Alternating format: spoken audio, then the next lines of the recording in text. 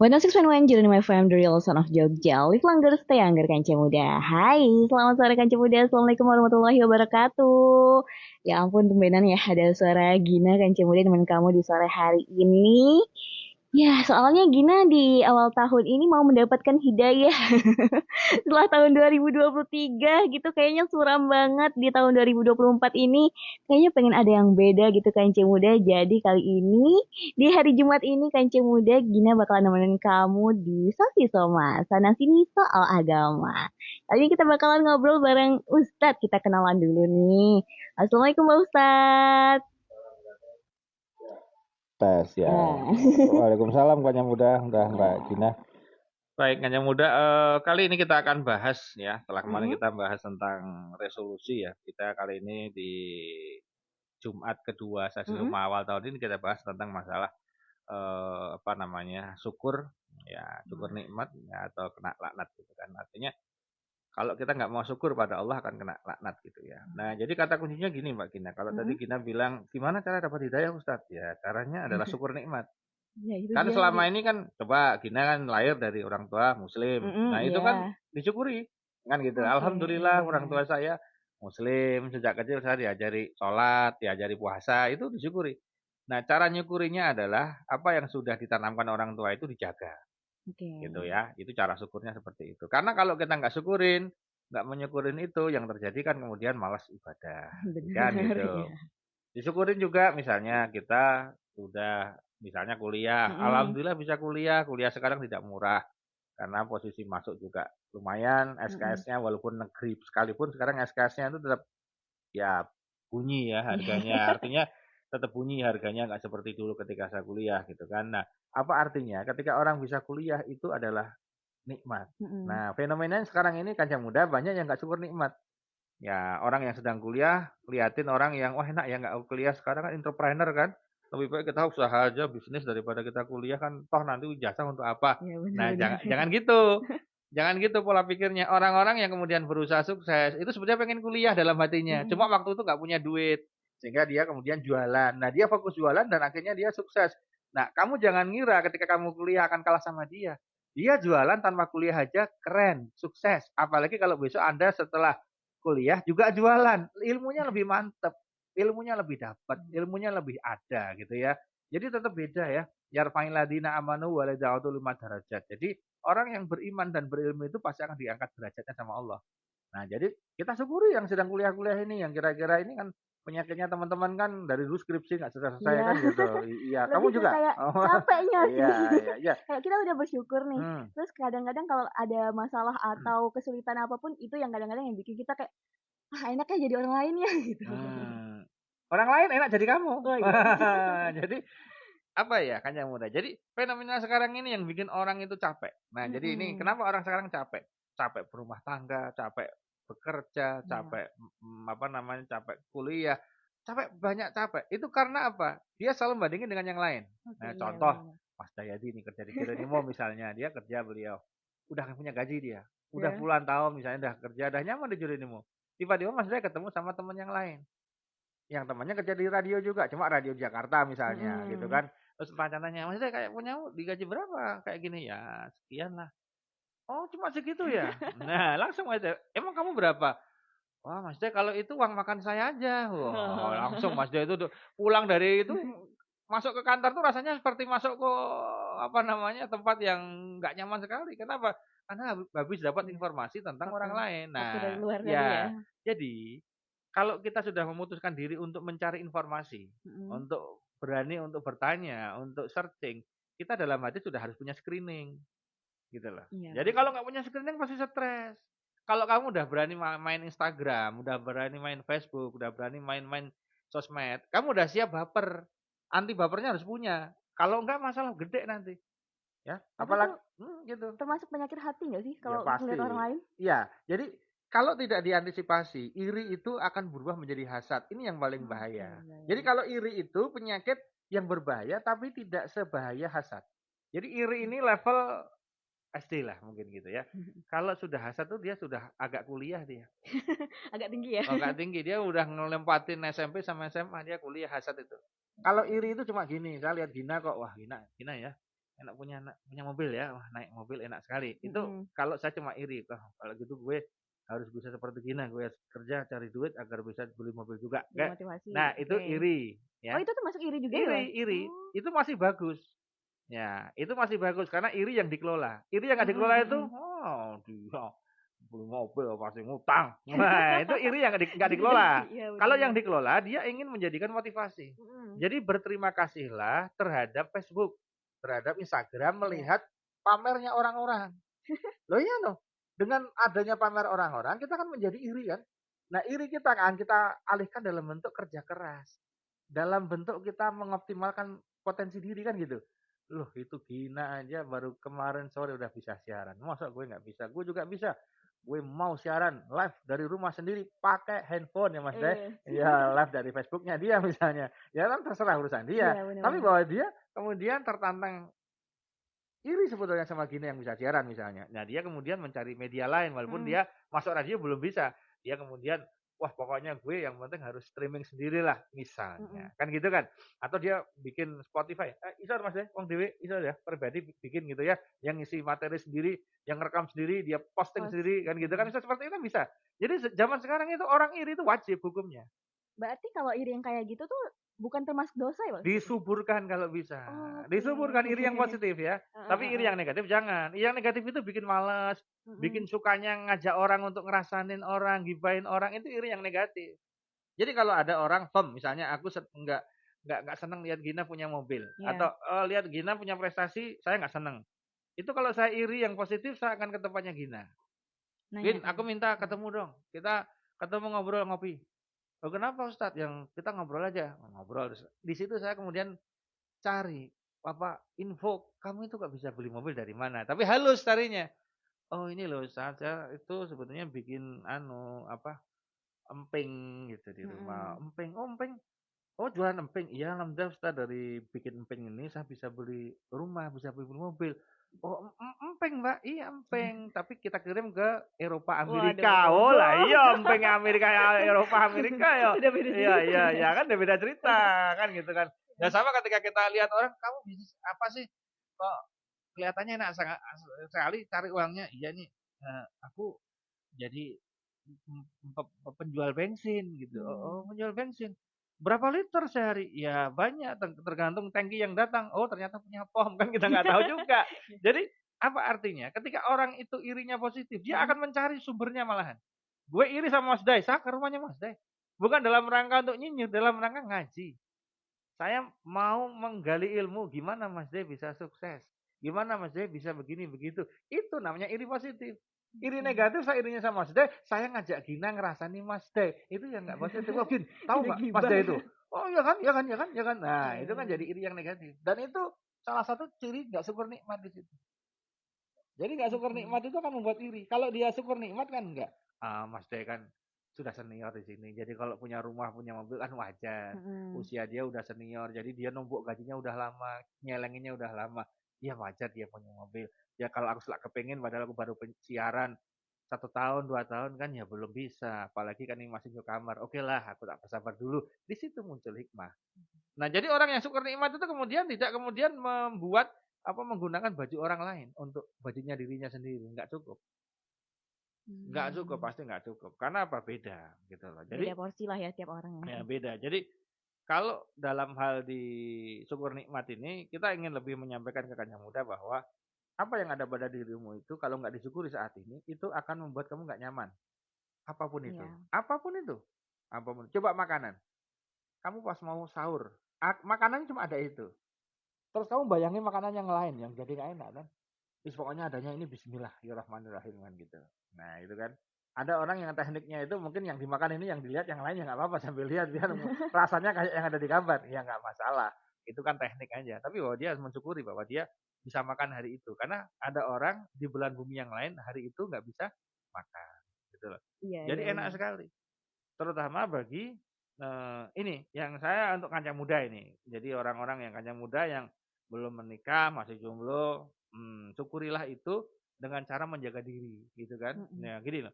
Jadi kasus perceraian sudah sangat banyak Mbak Gina. Banyak banget. Menumpuk. Di media sosial, wah. Kan luar biasa. Kalau dilihat cowoknya cakep, ceweknya cantik, kurang apa? Nggak ada yang kurang kan? Kurang bersyukur. Iya, kan gitu kan. Nah, syukur nikmat kita adalah jangan mengulangi kesalahan yang sama. Maka oleh karena itu ketika dia masih jomblo, dia jaga diri. Nah, jaga diri. Ya, hasil survei membuktikan test drive sebelum menikah itu adalah salah satu step pertama untuk bercerai di kemudian hari. Jadi test drive sebelum menikah. Jadi banyak orang yang sekarang itu test drive dulu. Ngerasain dulu. Begitu tes drive enak dipakai terus, tapi nggak dibayar-bayar, nggak dikeluarin STNK-nya, BPKB-nya, kan jadi nggak dinikahin dia. Iya, benar. Nah giliran menikah, udah sering dipakai kan, hambar rasanya, munculnya konflik-konflik karena nggak barokah gitu loh. Jadi kancah muda ketika Anda menjadi jomblo dan jomblowati itu harus disyukuri. Karena dengan jomblo dan jomblowati kamu lebih fokus, oke? Lebih apa? Fokus. Kalau enggak kan kamu punya pasangan sekarang kan susah. Mau siaran ada izin pamit. Saya siaran dulu saya. Iya. Kalau aku tidurnya minta maaf. Oh, kan kamu ngaku sendiri kan akhirnya. Kalau jomblo ya bebas. Iya, kalau jomblo kan enak. Ya, Suka-suka saya, suka-suka saya. Jadi fase jomblo itu disyukuri. Jangan kemudian lihat enak ya itu udah pacaran, bisa ngedate, bisa nonton bareng, bisa gini. Kamu kan nggak tahu behind the skin-nya kayak apa, hatinya kayak apa. Ya untung aja kalau cuma masalah hati. Kalau sampai fisik, pusing. kan masalah banget. Nah, jadi kamu nggak usah iri sama orang-orang yang sudah punya pacar. Nah, kalau kamu irinya itu kalau kamu punya teman.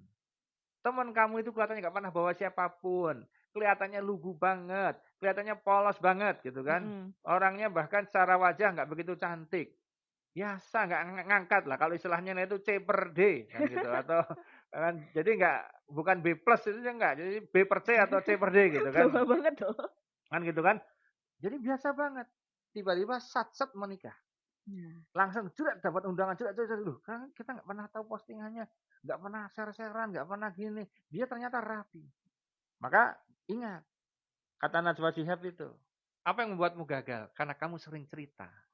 Cerita punya pacar, cerita mau menikah, cerita mau punya mobil, cerita mau ini cerita. Karena ceritamu itu kamu akan dibantah orang-orang lain. Jadi jangan cerita. Kalau kita cerita ke orang lain tuh emang sebenarnya boleh nggak sih, Pak Ustadz? Oh, kalau dalam teorinya cerita itu pilihan bukan ke orang lain. Cerita pada orang yang tepat. Dan orang yang tepat itu adalah orang yang bisa menjaga. Siapa dia? Ya keluarga kita. Dalam ini ya bapak ibu kita. Lebih safety. Cerita ke orang lain jadi masalah. Makanya banyak orang ngumbar ceritakan besok saya mau gini besok. Jadi rencana jumbar semua. Kalau ibaratnya musuh ketahuannya musuh. Musuhnya akan gagalin. Nah, tapi aku pernah juga dengar kayak gini Pak Ustadz. Kalau kita cerita ke orang lain atau umbar-umbar segala macam, terus orang itu dengar, bisa jadi ain. Itu benar nggak sih Pak Ustadz? Nah, benar sekali. Nah itu kan penyakitnya jadi ain kan.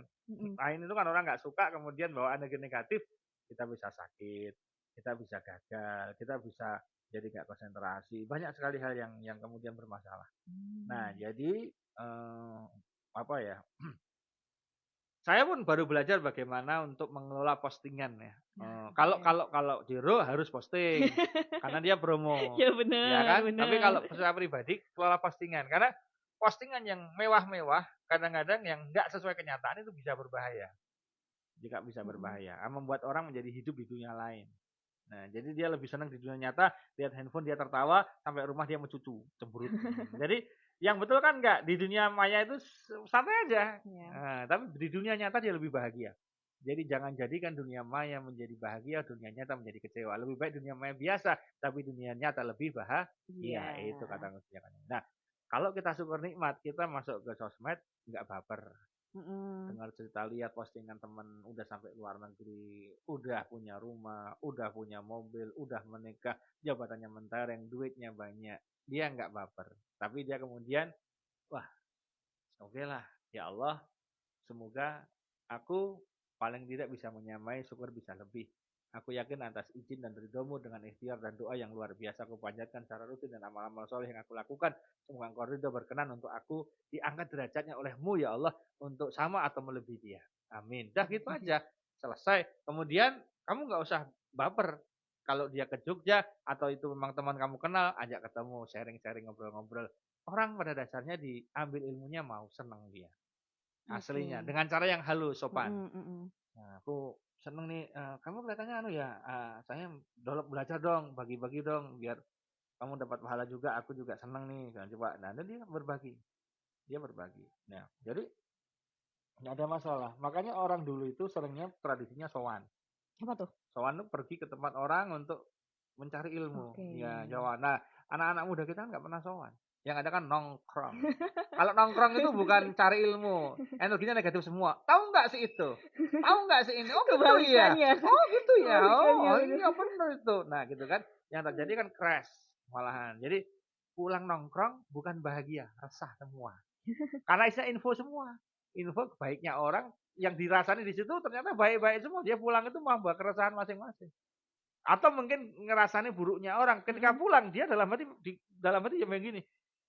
Ya, ini yang buruk itu orang itu, si itu. Nah ini kalau nanti menimpa aku gimana? Nah dia takut sendiri. Iya. Ya Paling kan? sendiri ya. Yang paling parah itu kan gini. Ada subjek si A ya namanya. Si A ini diberitakan ya dulu pernah berbuat maksiat kurang ajar dan pernah dosa kan gitu kan. Dosanya kemudian diumbar-umbar aibnya sama orang-orang inilah ke kelompok ini atau kelompok tertentu sehingga orang ini menikmati gitu kan. Ternyata dia tidak tahu bahwa orang ini memang berdosa tapi kemudian kembali kepada Allah dan lebih taat dan lebih bagus. Dan ini lama nggak terkonfirmasi ketaatannya ini karena memang nggak pernah cerita. Dulu dia nggak pakai jilbab, dulu dia ngerokoknya luar biasa sebagai wanita, dulu dia free sex, dulu dia mabuk ngedrak, dulu dia pokoknya nggak karukan hidupnya pokoknya penuh dengan rusuh, mesum, maksiat. Teman-temannya dikasih info ini rusak-rusakan nih teman kita SMA nih. Ini cewek ini udah nakal binal nggak karu-karuan ini udah ini kelasnya udah kakak bahaya sekali. Ternyata di lain hari dia sudah nggak terlihat tapi dia memproses dirinya. Makanya orang-orang itu perlu suatu saat Mbak Gina itu apa? Step down. Untuk apa? Dia kemudian menepi kalau istilahnya. Teman saya itu menepi. Ada saatnya kita tuh menepi. Kalau kita di tol nggak pernah nepi, ketabrak nanti. Ya kan? Sekali-kali kita harus menepi. Menepi itu bisa ke rest area sebentar, ngedon mesin. Untuk apa? Upgrade. Nah, jadi kadang orang itu perlu menepi. Ariel saja, sekarang menepi kan dia? Iya tuh. Stres kan? Bikin lagu bunek kan? Dia menepi untuk mencari inspirasi. Lah dia perlu menepi. Nah, kenapa kita nggak menepi saja? Gitu kan? Jadi boleh-boleh aja. Menepi itu untuk mensyukuri nikmat. Ya Allah, alhamdulillah sudah banyak Engkau berikan kepada diriku. Akibat aku lihat teman-temanku yang lebih berhasil daripada aku jadi nggak syukur nikmat. Ya Allah, ampunilah aku ya Allah. Ya Allah, ampunilah aku ya Allah dengan aku lihat banyak teman-temanku yang bahagia. Aku merasa kok tidak bahagia padahal ini sangat bahagia. Seharusnya aku sangat bahagia dan mensyukuri semuanya ini ya Allah. Ya Allah, ya Allah, ya Allah. Dengan menepi dia akan akhirnya muncul kesadaran. Iya, gue yang salah. Kacamata gue harus dirubah. Kan gitu kan? Benar. Ini harus di-uninstall yang negatif. Sama masukkan aplikasi yang baru. Yang kira-kira bagus untuk ke depan dan masa depan. Nah, keluar dari menepi itu. Nah, dalam Islam kan kita dikasih menepi beberapa kali, Pak. Menepi ketika Ramadan. Kita menepi. Nah, gitu. Yang insya Allah bentar lagi kita akan masuk. Menepi ketika tahajud. Menepi ketika... Dan menepi paling ringan. Bukan paling ringan. Paling singkat itu kan sholat. Menepi dari pekerjaan dengan sholat. Nah, tapi kalau misalnya di kebalikannya nih Pak Ustadz, kita boleh nggak sih kalau kita udah mencapai sesuatu nih, kita posting di sosial media itu termasuk ria nggak sih? Tapi bukan bermaksud pamer, tapi hanya untuk membanggakan diri aja. Itu termasuk ria nggak? Kalau gini, kadarnya, jadi gini, kita susah ya. Kalau kamu udah bicara posting, kamu pasti ria. Cuma kadarnya ada yang norak, ada yang enggak, gitu aja. Jadi agar mengurangi, karena udah posting. Ya benar. Karena udah posting, pasti ria. Cuma riaknya kadarnya yang keras, yang berat atau yang ringan. Nah, pilihlah yang ringan. Contoh kamu umroh, kamu posting, boleh nggak Ustaz? Boleh. Boleh. Tapi kalau kemudian postingnya, misalnya orang itu udah tahu kamu di Madinah itu tahu. Nggak usah dikasih tag ini Madinah itu nggak usah. Kemudian ya cuma bilang kemudian ya Allah. Misalnya quotes-nya itu pengaruh banget. Contoh ya, kamu gini nih posting nih di pojokan Masjid Nabawi misalnya. Ya Allah, sungguh rasa rinduku pada Rasulullah dengan salawat-salawat yang dilantunkan telah membuatmu ridho. Dan atas restu dari Rasulullah aku yakin panggilan ini akhirnya sampai kepadaku juga. Walaupun aku tahu aku tidak mungkin ke sana sesungguhnya. Karena keterbatasan diriku untuk ke sana. Tapi karena rahmat dan ridhomu, karena seringlah aku cinta merindukan Rasulullah, maka engkau tidak tega menahan rinduku pada Rasulullah sehingga engkau antarkan aku ke sana. Meskipun aku tahu ya Rasulullah, aku nggak mungkin sampai ke sana kalau aku lihat kondisiku aslinya. Bahasa kasarnya aku nggak punya duit, aku tuh nggak punya, kan gitu. Jadi orang, oh iya pantas ya, ini berarti orang rajin sholawat nih. Dia bisa beda kan kamuan? Guys, Mekah panas guys. udah beda caption, beda makna ya. Iya guys, ini gue doain guys, you bisa lihat sampai sini nentuh ini guys. Udah beda, ya kan? Caption pengaruh, caption pengaruh, gitu loh. Ketika kamu halus, oke lah ada dosanya, tapi kan kecil. Orang yang terinspirasi untuk tidak berangkat dengan berangkat banyak yang bisa langsung berangkat, gitu loh. Nah jadi terima kasih sama Facebook yang bikin pamer. Dengan pamer itu orang kemudian terprovokasi. Alhamdulillah. Tanpa Facebook saya kira nggak ada, ya Mas Deh. Wisatawan sepi tuh. Orang ada foto-foto yang jadi kan, saya kan gara-gara itu kan orang pengen ke sana. Betul nggak? Tanpa Facebook nggak ada yang pamer. Nggak rame bos. Nggak tahu suasana di sana juga nggak tahu gimana. Nggak tahu. Tapi kalau seandainya kita posting nih, terus orang lain nih yang ngelihat, orang lain itu yang kebalikannya tadi, yang malah iri, itu gimana Bang? Oh salahnya dia, bukan salah kita dong. Kita berdosa nggak? Ya enggak, irinya dia bukan salah kita. Kecuali kita kata-katanya kasar. Kata-katanya memang mau pamer. Itu lain persoalan. Tapi kalau kita udah halus, apalagi sekarang umrah kan sudah menjadi hal yang biasa, artinya orang yang biasa umrah itu sudah menjadi bisa dilakukan banyak orang, gitu kan? Sehingga kita postingnya harusnya sudah milih caption dan milih gambar, nggak perlu norak di depan Ka'bah gini, nggak perlu, mungkin pojokannya Ka'bah aja, atau mungkin kaki di Ka'bah atau apa, jadi langit aja kayaknya udah tahu orangnya. Ya tahu, nggak usah kemudian ini. Buenas main jalan FM The Real Son of Jogja. Lu langgar stay anggar kan cuma masih barengan sama Anissa Gina dan Pak Ustadz nih ya. Tadi kita udah ngobrol-ngobrol tentang syukur nikmat atau kena laknat. Wah, tadi banyak banget ternyata yang sebenarnya kita tuh harus banyak yang disyukurin kan Muda. Dan sebenarnya hal-hal kayak posting di media sosial dengan caption aja itu bisa dosa ya Pak Ustadz ya kalau captionnya memancing orang-orang apa ya? Ngejudge. Kalau dulu kan mulutmu harimaumu, sekarang tulisanmu juga bisa jadi harimau. Benar. Jadi makanya besok di postingan kita. Jadi sebetulnya sosial media ini adalah wujud dari realnya hadis-hadis Rasulullah. Bahwa besok itu barang buktinya kita itu sudah komplit di sana. Dan udah ada rekamannya semua. Digitalnya udah komplit. Kamu ngomong apa, kamu nulis apa, semuanya kan menjadi saksi di akhirat. Maka kita usahakannya postingnya, captionnya yang mengajak kebaikan. Tetap ada unsurnya kebaikan. Sehingga ketika kebaikan ini didengar, dibaca orang, dan ada satu saja yang mengamalkan kebaikan itu, maka kita dapat pahalanya. Bayangkan kalau pahala juga ya? Bayangkan kalau yang melakukan itu banyak banget. Makanya pahalanya cuannya luar biasa. Cuan pahala maksud saya. Contoh misalnya. Pokoknya muda, ada orang ustadz nih nerangin tentang kayak kaifiat atau manfaat dari sholat duha misalnya. Dia nerangin tuh dengan detail, dengan bagus, menarik, interaktif, dan excellent. Nah, ternyata dari viewer yang jumlahnya 1000 misalnya, itu yang mengamalkannya udah 500 sendiri misalnya. Itu kan, dan dia ternyata istiqomah. Dan nanti 500 ini ternyata ngomong sama juga sama temennya. Ada temennya yang ngelakuin, udah sampai kiamat kan. Udah. Dia kayak dapat pensiunan tuh. Oh, jadi amal tuh sendiri ya berarti ya? Iya, jadi pensiunan. Dia punya deposito yang luar biasa di akhirat. Tapi ingat Gina. Ketika kamu buka jilbabmu, kamu buka pakaianmu di depan kamera, orang terangsang, kemudian di-share kemana-mana. Nah, itu dosa. Iya, jariah juga. Jadi kamu sholat, kamu sholatnya, kamu puasanya, kamu ngajinya itu kan zong kena gusuran dari orang-orang viewermu itu. Iya. Walaupun hanya di media sosial sebenarnya. Iya. Itu yang bahaya di situ. Nah, kenapa saya bilang syukur nikmat itu penting? Nah, tadi. Jadi kita sekarang ke langkah-langkah ya gimana agar kita syukur nikmat. Yang pertama, setiap lihat nikmat orang, kita harus ingat sama Allah bahwa itu juga nikmat dari Allah.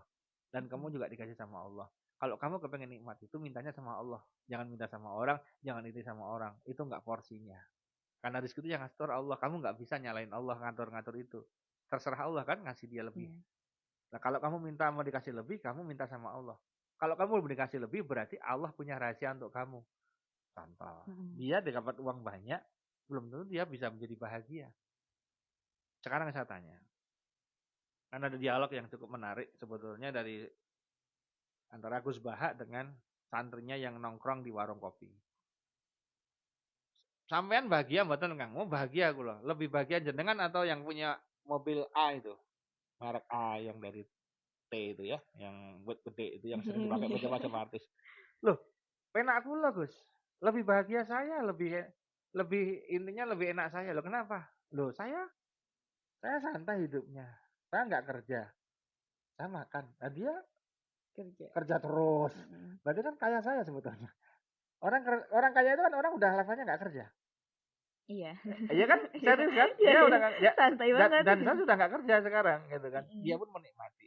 Ya walaupun kemudian sampai rumah padu sama istrinya itu hal lain. Pikiran lagi. Ya itu kan lain. Tapi bahwa kemudian ini saya tidak mengatakan bahwa nggak kerja itu enak, bukan. Maksud saya adalah ketika dia bisa memaknai nggak kerjanya sebagai hal yang menarik. Mungkin dia sedang nggak kerja karena belum dapat kerjaan. Sedang nggak kerja karena jobnya sepi. Sedang nggak kerja sedang PHK. Sedang nggak kerja karena istirahat. Kan boleh. Nggak salah kan. Jadi gini loh. Kalau kita bisa mensyukurin nikmat, kita itu lihat orang lain itu nggak sesek hatinya. Nggak kemudian menjadi pikirannya culas, mangkal, itu enggak, dia biasa saja. Lihat teman punya mobil, alhamdulillah. Atas izin Allah dia punya. Satu saat aku pasti punya juga. Ini positive thinking, dia bilang. Dan kita harus sering gitu, ketika ketemu orang yang Anda menjadi potensi iri, dia bisa ke Mekah, bismillah aku juga bisa. Dia bisa, bismillah aku juga bisa. Cuma kalau kamu udah punya suami, besok temenmu punya suami yang lebih bagus, aku juga mau ganti suami itu nggak bisa. Beda lagi konsepnya. Konsepnya ya Allah, aku yakin kepilihan ini bukan asal. Ada sesuatu yang pasti engkau spesialkan untuk diriku, kan gitu. Nah gitu loh. Jadi enak. Sudah ada karya kan, layangan putus itu di layangan putus series, bagaimana yang resmi digusur sama yang baru nggak resmi kan? Akhirnya yang resmi di seri yang sekarang yang resmi kan, yang nggak resmi jadi resmi kan? Ganti tergerus sama yang nggak resmi kan? Ya, itulah permainan dunia. Nggak ada selesainya. Artinya apa, Kanjeng Muda? Artinya kalau cuma masalah kamu tidak akan pernah puas terhadap dunia ini. Maka cara muasinya dengan cepat apa? Syukur nikmat. Syukur itu membuat kamu selesai. Kan enak, kerjaan selesai. Ada kerjaan selesai. Begitu selesai kan enak. Tapi nggak pernah selesai, numpuk. Jeduat. Tapi ada nggak sih Pak Ustadz buat tipsnya buat nggak iri dengki gitu? Ada. Apakah kita harus nggak usah ngelihat sosial media? Oh bukan. Gimana tuh? Ya. Sebelum lihat sosial media, isi dulu dirimu dengan amalan soleh, wirid, zikir. Sehingga di dadamu, di pikiranmu itu kamu bacanya Quran. Jadi bangun tidur baca Quran. Sehingga yang dilihat bukan sosmed dulu, Quran dulu. Oke, wirid dulu, kemudian istighfar dulu, sholawat dulu. Pokoknya amal soleh dulu, Allah dulu yang cukup. Artinya yang cukup itu bukan selesai. Maksudnya sudah lumayan ya. Misalnya kamu pagi nih udah tahajud, sholat fajar, sholat subuh jamaah, baca wirid komplit, kemudian baca Quran, kemudian doa. Apalagi sampai suruh, ya, buang air, minum-minum, santai, baru sosmed ini diambil. Beda kamu nanti lihat. Wih, keren. Sampai Eropa. Bismillah, kita akan ke sana besok. Oh gini ya. Oh ya. Oh, udah beda lagi udah sampai Mekah ya. Ya, bismillah. Insya Allah saya nggak lama lagi ke Mekah juga. Oh, di sini rumahnya ya. Oh ya, besok kalau aku punya planning rumahnya paling enggak ya kayak gini tapi agak gini dikit lah. Bismillah. Dia bisa bilang gitu kalau dia udah punya amalan. Tapi kalau kosong, bangun tidur. Kok bisa sih? Mana ini dia? Sama siapa ini? Ini pasti diajak orang ini. Wah, dia sehari itu dia nggak mau makan itu. Jadi khawatir sama orang lain. Oh iya, sampai nanti malam itu nggak tenang hidupnya. Bisa kan? Bener. Jadi nanti handphonenya itu tak biasain handphone itu nggak pegang, kecuali matiin alarm kalau saya. Alarm matiin, dah aktivitas keagamaan selesai. Anak saya udah hafal, saya nggak pernah pegang handphone. Kalau udah selesai semua komplit, baru pas santai, cedet, hatinya udah enak, buka. itu sosmednya. Udah enak. Dapat tugas pun nggak apa-apa. Oh ini, oh ya oke. Enak. Gitu loh. Karena dari sosmed juga kita bisa bikin dosa ternyata ya. Oh banyak, loh sudah banyak yang berdosa dari sosmed.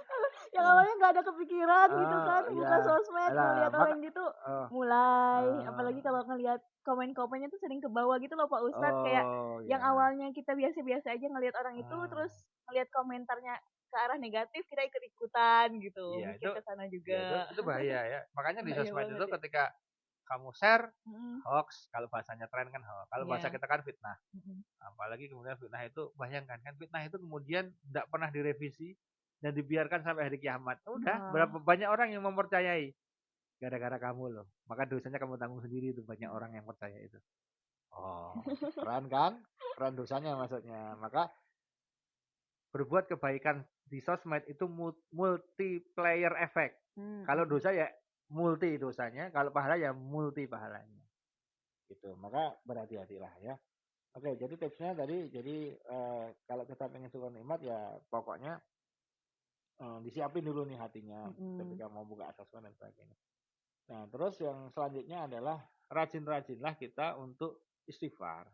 Karena istighfar itu membuat kita menjadi orang yang tidak mudah menyalahkan Allah, tidak mudah menyalahkan situasi, tidak mudah, kan sering kan? Oh, tahu gini dulu nggak masuk fakultas ini. Gitu kan. Ya. Tahu gini gue nggak nikah sama kamu. Wah, ini kan parah banget kan?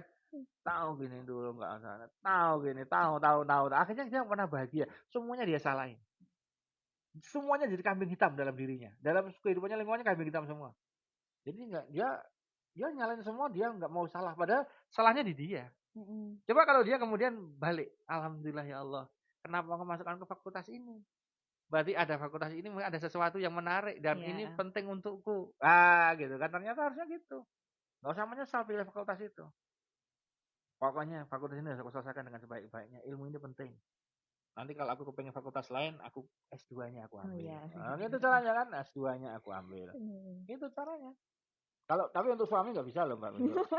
Ya Allah, pokoknya ini dulu nanti. Ya nggak bisa. Kalau habis ini baru ganti yang lain. Kalau ini sudah forever. Ini udah kontrak mati. Udah beda. Makanya pentingnya. Nah, kenapa orang banyak cerai? Karena orang seringkali menganggap hidup ini kayak sosmed, enak. Pokoknya udah nggak cocok, ganti aplikasi, uninstall, cari yang aplikasi baru. Nah, hidupnya seenak kayak jajet, sehingga dia kira bercerai itu hal yang biasa. Bercerai itu Allah cuma cerai kan? Udah biasa aja. Kan cari kan juga gampang. Enggak segitunya. Ternyata. Ini aja kan Desta aja mau balik kan akhirnya. Kan enggak tahu. Lo kan enggak tahu kan? Ya dia kan merasakan ternyata begitu dia cerai, yang mau disasar ini juga belum tentu mau, Bos. Mau karena kamu masih punya. Ketika kamu free, dia juga beban mental ketika dia hajar netizen kan gitu. Oh, ini yang baru. Oh, ini. Dia juga mikir. Iya benar dia. Gitu loh. Jadi enak kan kalau kita menjadi orang yang syukur nikmat itu nggak buru-buru nyalahin orang. Jadi istighfar dulu pokoknya. Astagfirullah ya Allah. Kenapa? Saya yakin ini bukan sia-sia. Ini engkau nggak iseng milihin jodoh ini ya Allah. Engkau nggak iseng masukin aku ke sini ya Allah. Engkau nggak iseng memberikan situasi seperti ini padaku. Pasti ada rahasia di balik itu. Itu bisa muncul kalau kita banyak istighfar. Karena gini, peristiwa itu kadang ada yang menyedihkan, Mbak Gina. Enggak semua peristiwa menyenangkan. Nah, peristiwa yang menyedihkan itu adalah bagian dari penyucian dosa. Nah, aku sering juga tuh denger tuh, kayak kalau kita dikasih masalah, dikasih sakit, itu tuh kayak dibilang pembersihan dosa-dosa, itu benar nggak Pak Ustadz? Oh, benar, hadisnya ada, kamu googling kan. Kemarin tak suruh googling juga ada. Jadi posisinya ketika tidak seorang pun muslim yang dia sakit, dia susah, dia cemas, dia khawatir, itu kecuali Allah akan hapus dosanya. Nah, jadi kita sebetulnya punya dosa numpuk, tapi kemudian tumpukannya itu nggak kerasa, Mas Day. Contohnya Mas Day, sholat terlambat terus gitu kan. Nggak pernah nggak terlambat sholatnya. Udah terbiasa soalnya. Udah terbiasa. Iya. Ini kan numpuk itu sebetulnya. Poinnya kan numpuk sekali. Allah bikin masalah. Apa akhirnya sholatnya nggak pernah terlambat. Dia sebelum sholat udah siap-siap ke masjid dia. Itu kan gitu. Gara-gara punya masalah dia kemudian gitu. Oh, berarti Allah ingin aku nggak sholatnya nggak terlambat. Kan gitu misalnya. Jadi ada dosa-dosa yang nggak terasa. Yang dia nggak ngerasa itu dosa. Sholat lambat itu ngerasa kan yang penting sholat Ustaz. Nah ini kan dia nggak ngerasa dosa itu kan.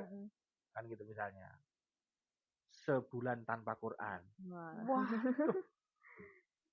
Bahaya itu. Ngomong sehari aja tanpa Quran itu kalau bisa jangan. Kalau ini sebulan tanpa Quran. Belas nggak buka.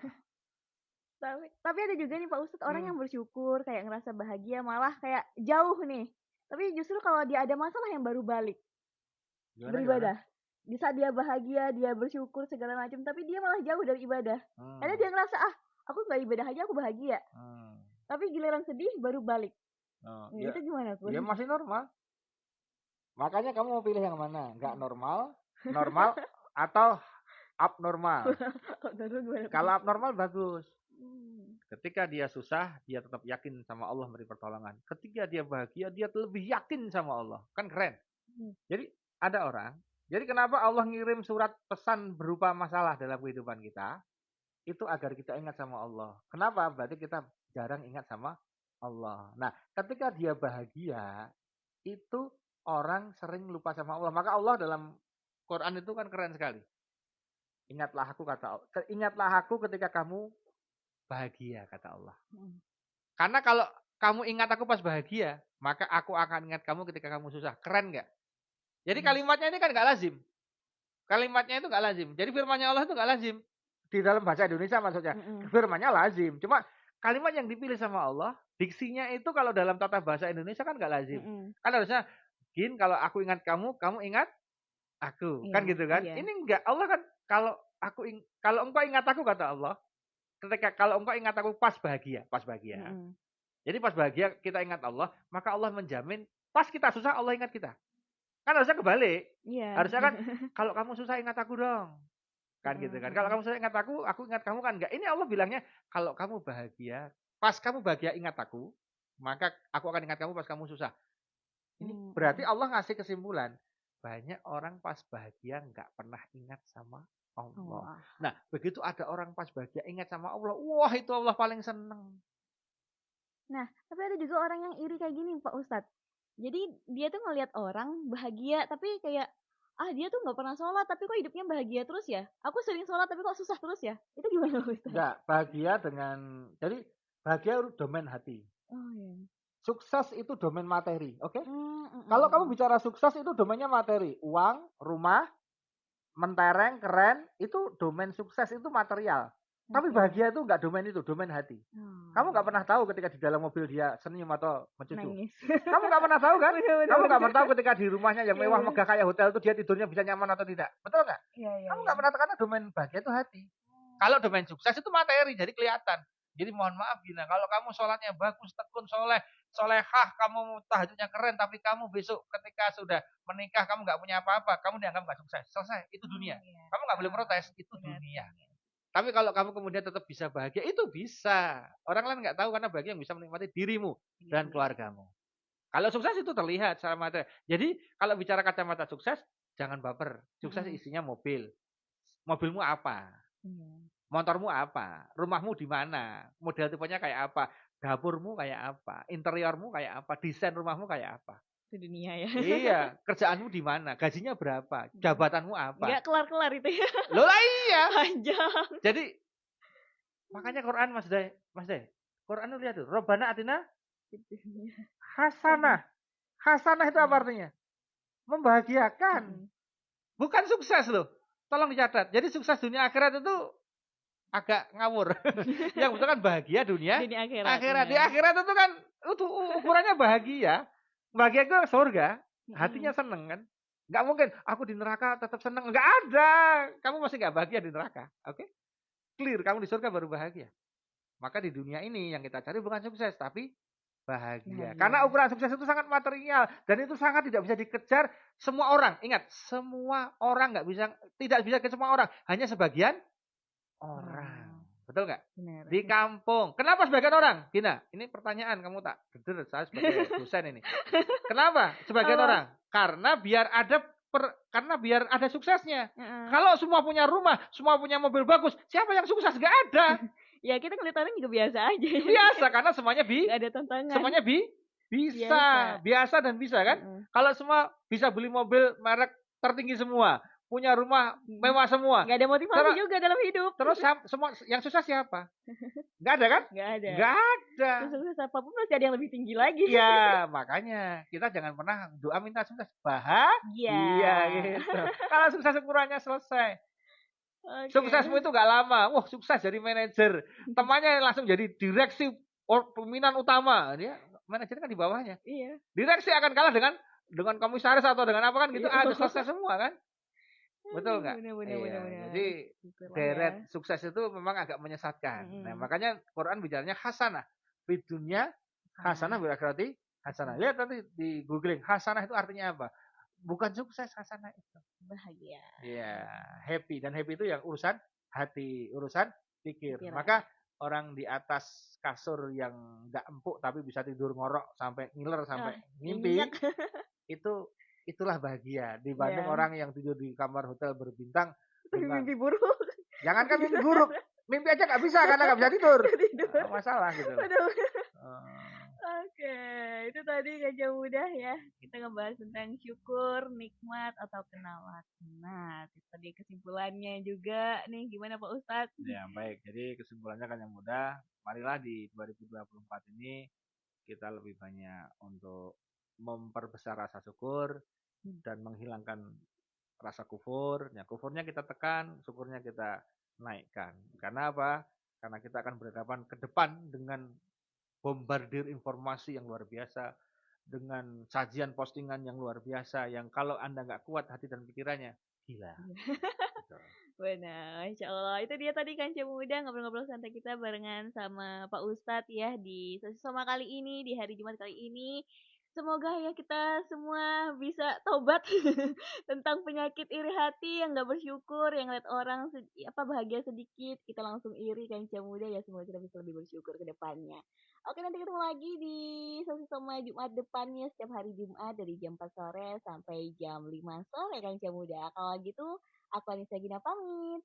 Dan Pak Ustadz juga pamit Kancah Muda. Love Jogja and you. Bye-bye.